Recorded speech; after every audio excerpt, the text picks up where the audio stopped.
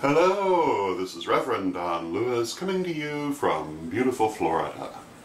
And today our question comes to us from Reverend Lilith in Holland, who asked me to speak to the idea of a Christian witch, because she's encountered people who describe themselves in this way and would like to know what it means. And the answer to this is, first, it can mean more than one different thing depending on what the person means. So in some ways you'd have to ask them.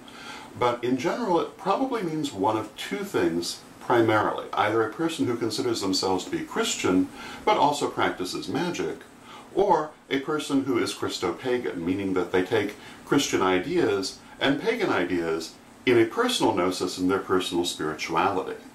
A Christian who practices magic, although a path that would be frowned upon by most Christian churches, is really pretty traditional. And there have been Christians who have practiced magic as long as there's been Christianity, because magic has been omnipresent in the world, and so certainly some Christians have always chosen to practice it. And it doesn't mean they're not Christian, it means they're Christians who practice magic. And sometimes they have a lot in common with pagans who practice magic, and sometimes they don't. And it really depends on the individual and their background what you're going to find.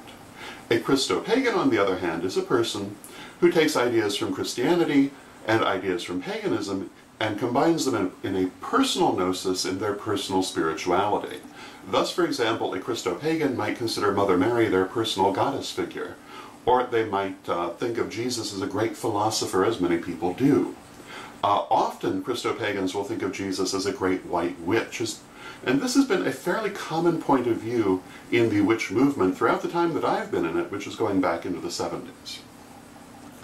Most people would agree that Jesus was a great philosopher. I would consider him comparable to Confucius. And I'm a great believer in Confucius and Confucian philosophy, but I certainly don't accept every part of Confucian philosophy.